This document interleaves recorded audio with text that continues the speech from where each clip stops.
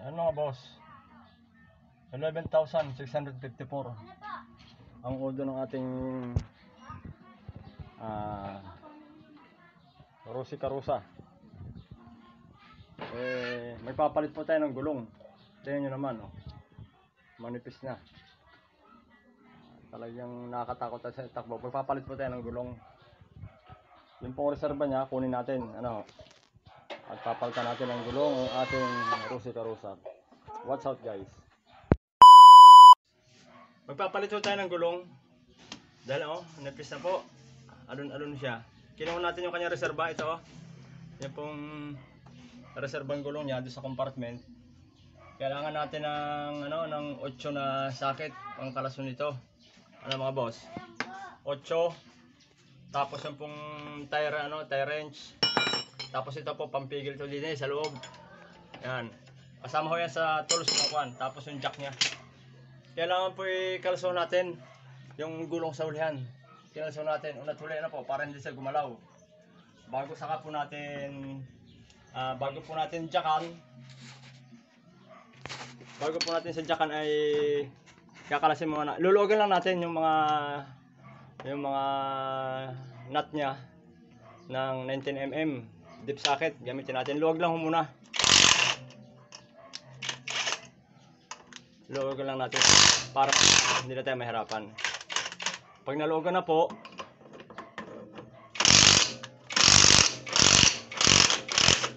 pag naluwagan na natin siya, ayan po, pwede natin sandyakan. Sentrohin lang na po natin yung jack niya. Sentrohin po natin yung jack sa gitna, para balanse. Pag bitin siya, pwede kayong kumuha ng patungan. Itong jack na ito, kasama dito, itong crocodile jack, kasama din po ito sa tools ng Carusa natin. Medyo mabigat po yan, di-discarte nyo lang. Umaangat naman po siya. Dapat po may kalso yung gulong sa ulihan para hindi siya gumalaw.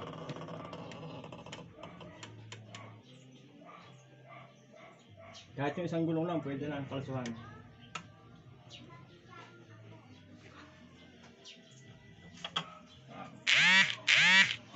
Pagkaramdam natin umangat yung gulong, pwede na natin tigilan. Yan. Unahin natin mga boss. Kalasin natin itong 8, yung pinaka-lock. May lock ito ng nut eh. Ayan Tanggalin lang siya. Tanggalin din yung kabila. Kalasin din natin itong isa.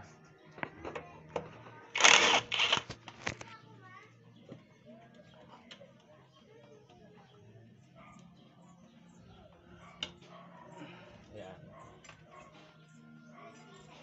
Tapos mga boss, kalasin na natin yung pong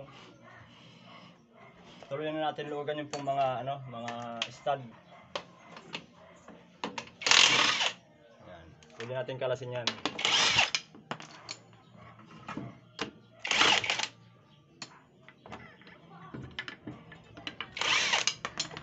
Ayan. Tumalas na po siya. Saka ko natin bibira ng 23mm na socket. Pigilan po natin.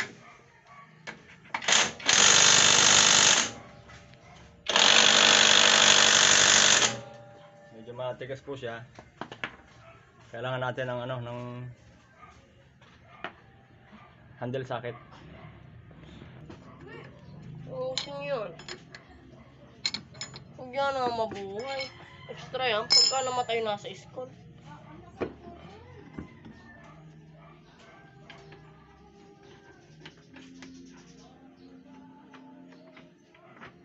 Saan yung tangkay ng bugambilya? Meron pa kami, Ito.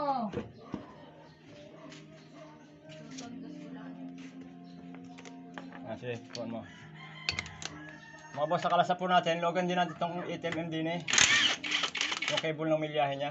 Baka mabanat at maputol. Ngayon po nung nakalas na siya, yan. Lulugan din po natin itong nut sa loob. Pagka lumog na siya, nabagsak na siya ng kusa, mga boss.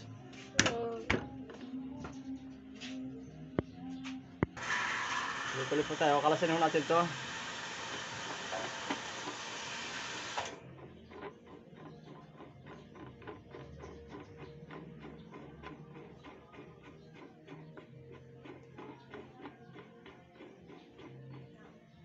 Yung pong ihin, itutulak naman. Lampasan yung ihin yan. Kabilaan, sa kabila.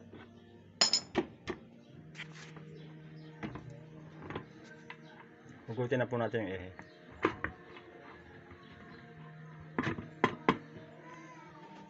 Ayan. Ito po ang speed sensor niya. Ayan mga boss.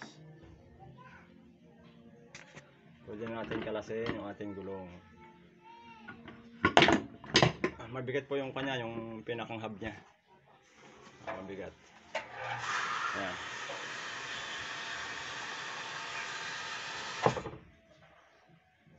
Ngayon po ay lalagyan na natin yung kanyang gulong. Tanim lagi nasa alangan lagi nalagay. Meron po siyang lock dito. May lock siya. Yung pong kuntil niya tatama natin. Kaya naman itong kaya naman ito ng mag-isa. Gawin ng mag-isa. Ngayon po pwede natin lagyan ng lug nut muna para hindi gumalaw. Kamay natin higpitan.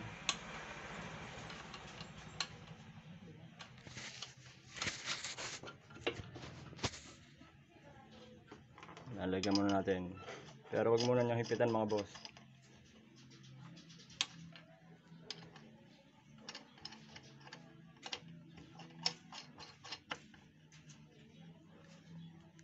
Tapos pasok na rin natin itong kanyang speed cable assembly.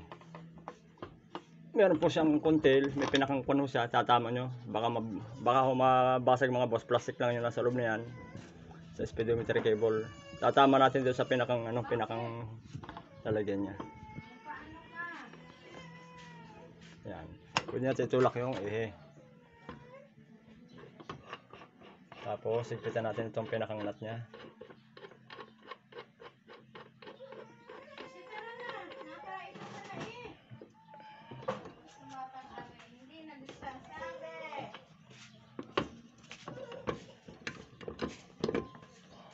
Ito'y padaan niya.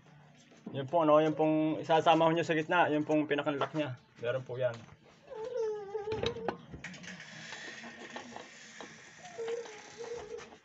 Tapos ito, kabitan natin itong kanyang pinakang spacer niya sa loob.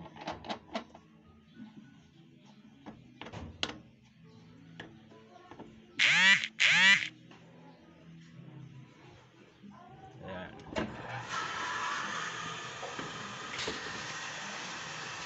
Kaya kung napapasin nyo, siya ay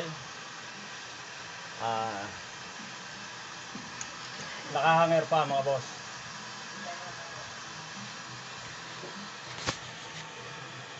Tapos yung gawin natin, unti-unti natin ibaba yung jack. Unti-unti po natin sa ibaba.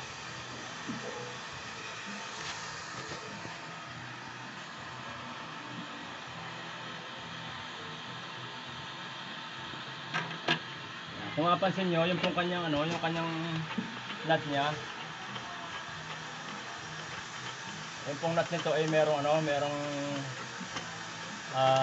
eksaktong sukat para ho doon sa loob kaya pagka binaba natin yung jack, makikita naman yan. Papasok po yan doon sa loob, eksakto. Mamaya na po yung final na paghihigpit niyan.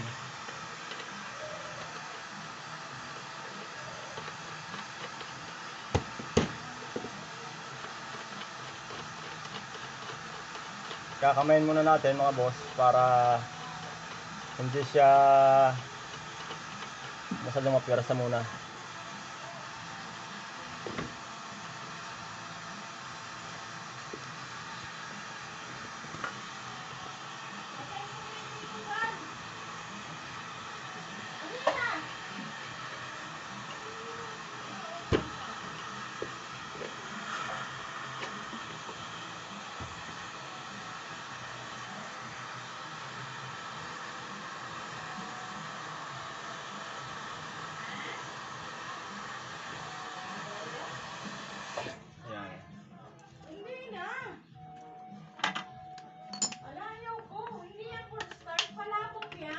Tapos, unti-unti na po natin higpitan.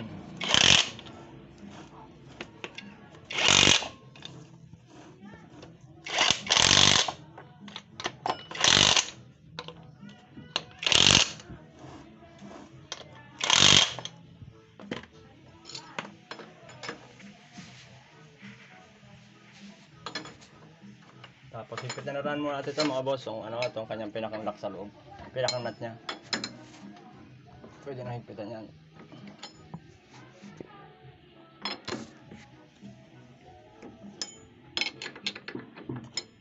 Baba muna natin yung jack, baba na natin ang sagada na.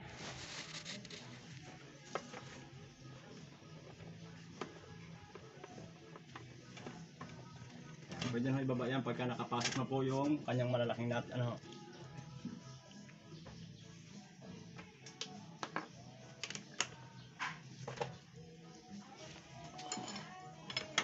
Tapos higpitan naman muna natin ang sagad.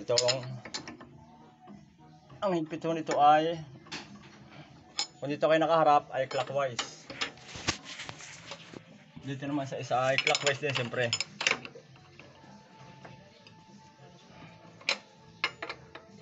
Higpit na itong isa. Pwede natin siyang impakin.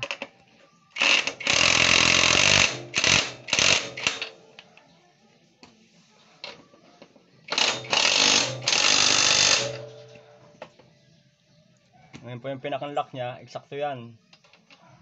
Hahanapan natin ng eksaktong higpit yan.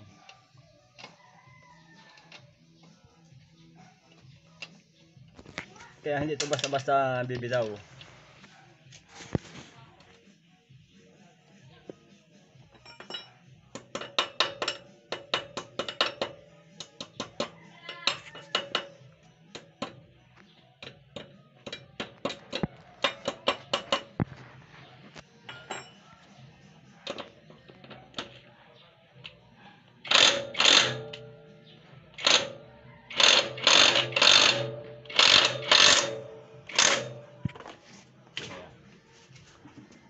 Saka natin ilagay itong kanyang pinakang nut na 8.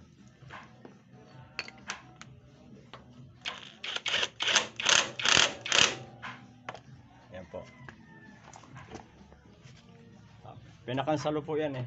Nakakon lang po siya. Nakabagsak lang siya. Eksaktuhan lang po siya.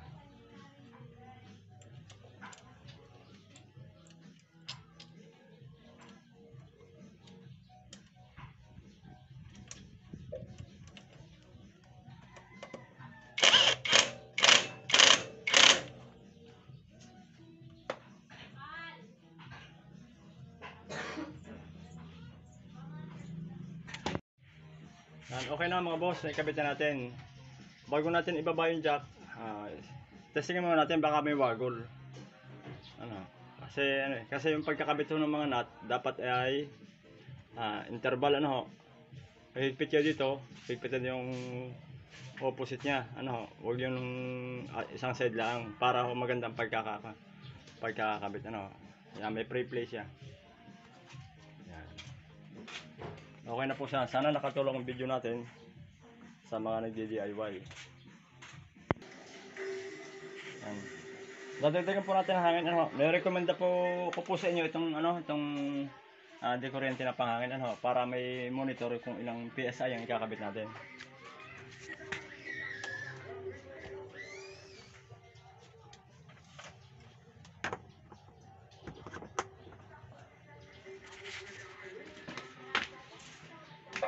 Medyo malambot ang gulong sa pagkaka-stack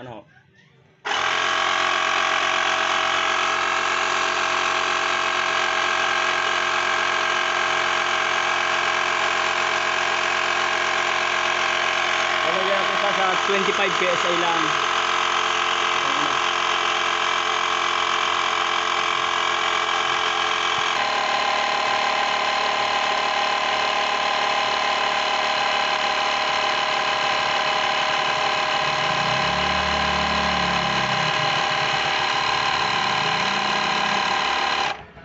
Okay na po, 25 PSI. Yung gulong naman na panghuli ay 30 PSI ang ating ginagamit. Ang ating kinakargang hangin. Baba na natin yung jack. Ayan mga boss, tamang-tama na yung lindig ng hangin niya. Sakto lang.